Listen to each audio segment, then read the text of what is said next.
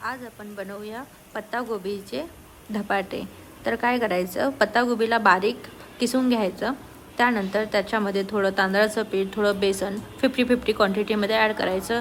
थोडी हरी मिरची, त्यानंतर धनिया, हळद, मीठ, थोडं लाल तिखट पण टाकू शकतो आपण, जिरा, हे सगळं टाकून त्याला छान असं मिक्स करायचं। पाणी नाही टाकायचं एक्स्ट्राचं, जेवढे मसाले आहेत त्याला चांगलं मिक्स करायचं आणि असं त्याचा एक गोळा तयार करून घ्यायचा। त्यानंतर मग एका कापडावर, पातळ कापडावर घेऊन ते चांगलं असं एकदम पातळ होईस्तोवर ते स्प्रेड करायचं। स्प्रेड केल्यानंतर त्याला असे छोटे छोटे छिद्र करायचे, जेणेकरून ते आतमध्ये छान असे वाफेवर पकू शकतील आणि त्याच्यामध्ये ऑइल जाऊन ते चांगलं शिजू शकतील।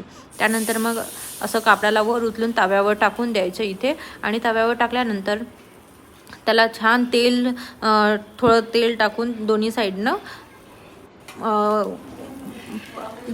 शेकून घ्यायचा। तर शेकत असताना थोडं वरची जी साईड आहे ती प्रॉपर होऊ द्यायची आणि मगच पलटवायचं, नाहीतर ते तुटेल। आणि मग पुन्हा थोडं तेल टाकून दोन्ही साईडनं छान परतून घ्यायचं। परतल्यानंतर मस्त तुम्ही याला दह्यासोबत किंवा सॉससोबत खाऊ शकता। खूप छान आणि टेस्टी लागतं।